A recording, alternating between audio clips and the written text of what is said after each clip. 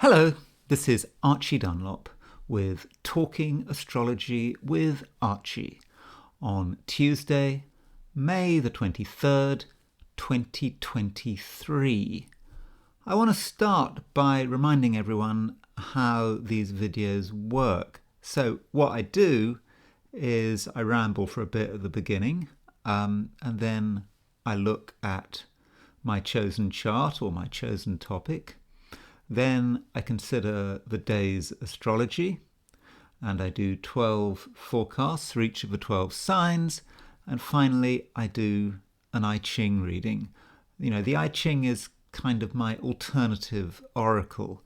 I'm not a big fan of the tarot. It doesn't work for me.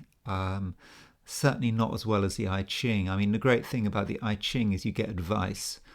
With the tarot, you're kind of left in the mess, at least in my experience. So that's how it works. And what I'm going to do today is actually look at two charts.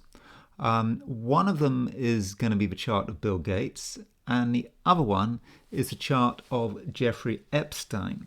So before I look at those two charts, I want to just give a bit of background as to why I'm focusing on those two charts, because it's all about a news story. So here's the news story that I found. This is a news story in The Guardian. I used to read The Guardian all the time, but I don't know. I find maybe I've become more conservative. Maybe The Guardian has become more left-wing. It's not that it's left-wing. I don't know. I just find it really annoying, The Guardian. So I hardly read it at all. And of course, The Guardian's approach to the Ukraine is just completely, I don't know. I don't understand it. But I'm digressing. Here is The Guardian, and it's got an article.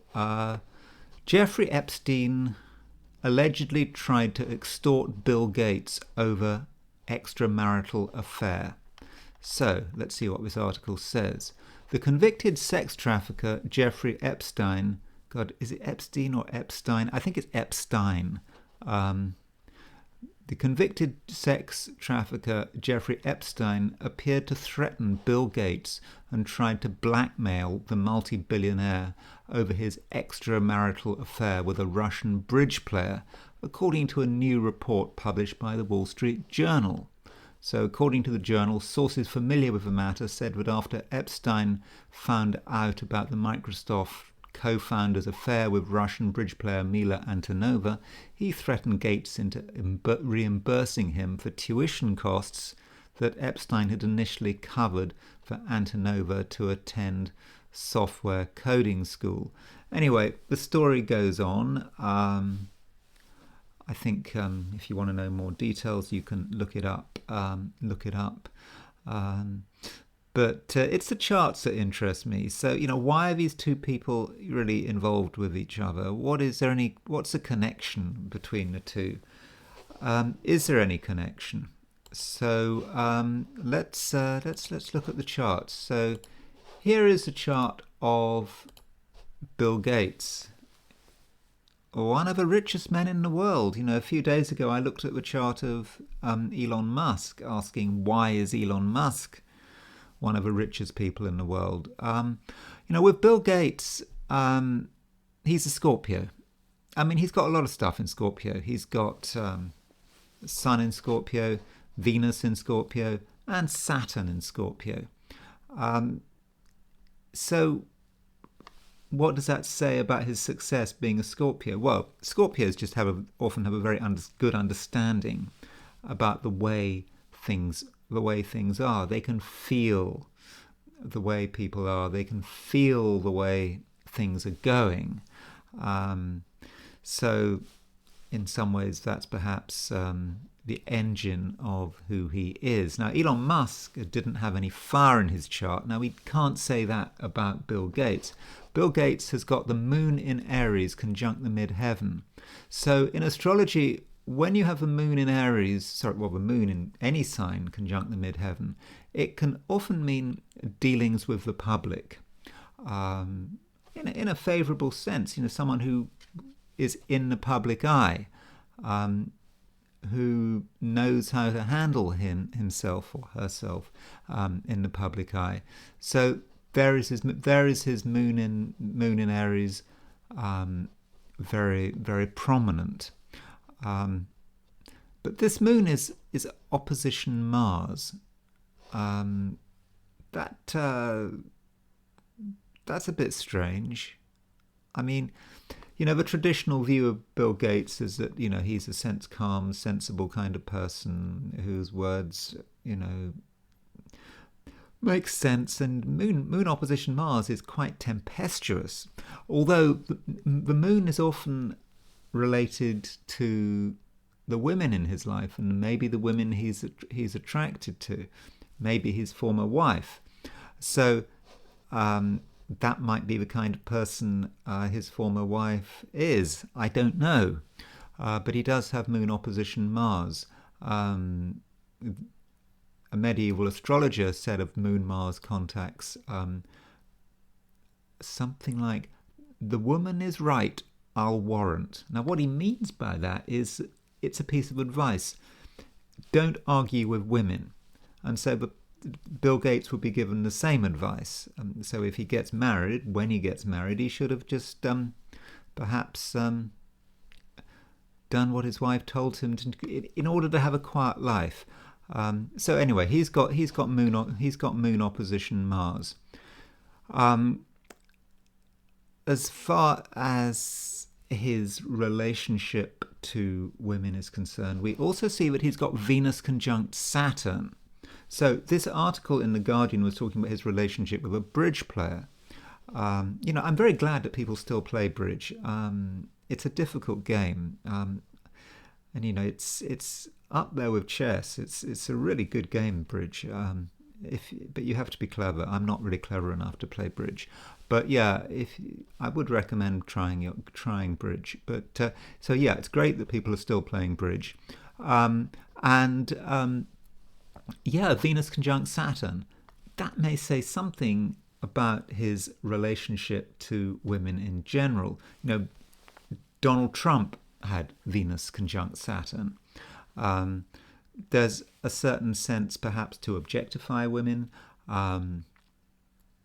perhaps not to always treat them too well, and so that may say something about him.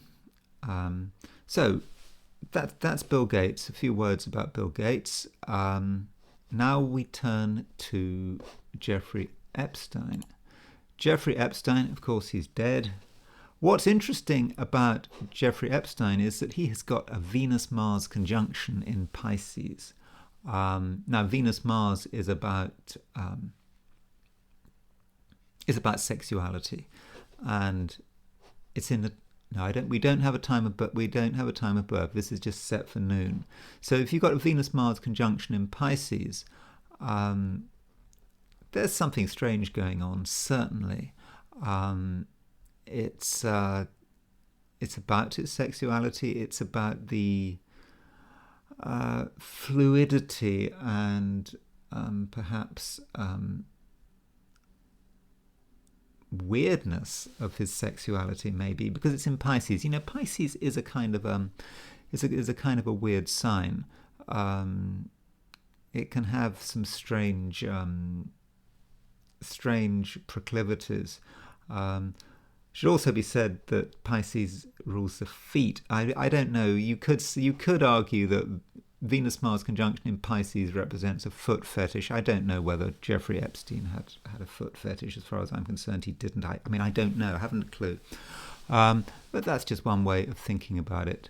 And you'll notice that he has got his sun right at the beginning of Aquarius. Indeed, as we don't know his time of birth, it is actually possible, if he was born right at the beginning of the day, that his sun was in Capricorn. But for midday, he's got the sun in Aquarius, and his sun is making a 45-degree aspect to Venus and Mars, particularly to Mars. And so if you've got Sun making a semi-square aspect to the Venus-Mars midpoint, it could be about someone who simply regards sex as being important. And this is, I suppose, reflected by his life. I mean, sex was so important to him that he destroyed himself with it.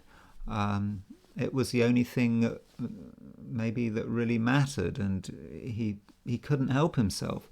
And so that represents his self-destruction. Now, if we look at his chart and we put some hypothetical planets in, it becomes quite interesting. Let's put in the 8 hypothetical planets, and we see there's his sun at 0.22 Aquarius, but we also see the planet Hades at 0 Taurus. There's Hades. You see it's like a little C with a cross in it. That cross is the cross of graveyards. Hades is associated with sleaze, it's associated with criminality, it's associated with garbage, and he's got a Sun Hades square, and I think that represents in some ways his criminality. Perhaps he couldn't quite help himself. Maybe the criminality of what he was doing maybe wasn't just about his lust, but also the appeal to get away with it. Maybe that's what he was trying to do with his Sun square Mars, but he was certainly attracted to the low life, to things that were really sleazy and very dubious, and no doubt he enjoyed his capacity to manipulate people. Now, this Sun square Hades does have an impact on Bill Gates. Now remember, Sun square Hades is at 0 degrees of the fixed sign, so he's got. And so let's just go back to Bill Gates's chart. There's Bill Gates's chart. Now, whenever you have questions, as I keep saying, whenever you have questions about relationships and sex and all of this kind of thing, always look at the Venus-Mars midpoint. So there is Bill Gates's Mars at 10 degrees Libra. There's his Venus at 20 degrees Scorpio. So we can see that he's got his Mars about 0 degrees Scorpio. So let's actually see. These are the midpoints. This is a midpoint sort. So we can find Bill Gates's midpoint, Venus-Mars midpoint. There you go. His Venus-Mars midpoint is on the 45-degree dial is 30 degrees 10. That means his Venus-Mars midpoint is actually at 0 degrees 10 minutes Scorpio. Now, let's go back to Jeffrey Epstein's chart. 0 degree, his Scorpio is a fixed sign, remember. His Epstein has got Sun at 0.22 Aquarius, Hades at 0 degrees 1 Taurus. So this means that that Epstein's Sun Hades square is hitting Bill Gates's Venus-Mars conjunction. So this perhaps hints at the blackmail. The Venus-Mars midpoint for Bill Gates is about his sexuality, even though there is, and his behavior with the opposite sex, and perhaps the fact that he at the time was having a relationship with a bridge player, with this bridge player, and even though it's empty, it represents potential. And here we have Jeffrey Epstein's Sun Hades square hitting Bill Gates's Venus-Mars midpoint. And so I'm thinking that was perhaps the connection. Jeffrey Epstein, through the manipulation of his sun Hades square, was trying to hit Bill Gates's Venus-Mars midpoint, was trying to manipulate what he knew about Bill Gates's relationship. So I think that fits. It's a shame that I don't have a time of birth for Jeffrey Epstein. We only know that he was born at noon. We don't even know for sure that he was an Aquarius. Oh, I should also say he's got moon in Aries like Bill Gates. We don't know precisely where his moon in Aries is. This is a midday moon, so it'll be roughly between 4 Aries and 16 Aries. So it's quite a wide arc. Still, Jeffrey Epstein and Bill Gates both had the moon in Aries. And so it's perhaps because of this shared moon sign that they had something to do with each other in the first place. And I'm sure that Bill Gates is now bitterly regretting having ever heard of Jeffrey Epstein. Anyway, that's all I'm going to say on the subject, and I will now look at today's stars. Tuesday, May the 23rd, 2023. What's going on today isn't really so different as what was going on yesterday. There is a Moon-Venus conjunction in Cancer. We don't need that. We can turn off the hypothetical planets now. Declutter the chart. We've got a Moon-Venus conjunction. It's exact. It was forming yesterday. It's now exact. And I think that's very good for relationships in general. It's a time when we can get to know people, not just intellectually, but on an emotional level as well. And, we don't have to say too much. We can just be with people, just be kind and just allow things to happen in their own way. We also have that Mars square Jupiter that we had yesterday. It's still around. There's still plenty of scope for people to behave in an excessive way. So whatever you're doing, don't be excessive. So if you're driving, don't break the speed limit. Be safe. Don't get angry. Don't overdo it. Yeah, it's very easy to overdo things with Mars square Jupiter because, as I said yesterday, Mars square Jupiter is one of the most difficult aspects there are, even though Jupiter is supposed to be a fortunate influence. Now, as far as the 12 signs are concerned, here is my view. Aries, you've got big ideas, but financial reality may hold you back. Taurus, you don't have to move far to find the appreciation you're looking for. Gemini, sometimes you can be overwhelming, to the point of obnoxiousness. Yet, there are financial opportunities today. Cancer, you're in the right place, and if you trust your instincts, you'll be fine. Leo, you think everything is sorted out, but a challenging encounter may raise a few questions. Virgo, someone is behaving badly. Your timely actions can resolve the issue. Libra, don't be knocked off course by unusual events. Scorpio, you're very self-centered. Perhaps that's a good thing, but there's a place for diplomacy. Sagittarius, flexibility matters, and anger at the wrong moment could spoil everything. Capricorn, at some stage you need to respond to other people, and good grace does matter. Aquarius, if something is a mess, then now is your chance to sort it out. And finally, Pisces, relationships prosper, and at the same time, you can really enjoy yourself. Now, as far as the I Ching is concerned, threw the coins. I threw the coins in the air and I asked the question, what is Tuesday going to be like for visitors to my YouTube channel? Now, I got a locked hexagram, a hexagram that doesn't move anywhere. So this hexagram looks like this. I had a broken line at the bottom, followed by 5 unbroken lines. And this is hexagram number 44, coming to meet.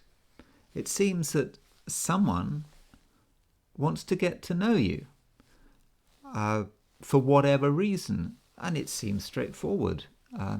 You want to get to know them? Why not? What's the harm? But maybe there is some harm. So if someone comes into your life and they want to get to know you, what do? I think you back off. You think very carefully about their motives. Now, in terms of relationships and romance, the I Ching is kind of quite a sort of a male-orientated oracle, at least in the way it's written. So you have to sort of translate it, but it talks about a young maiden who comes into our life and she seems very harmless, but actually she's trouble.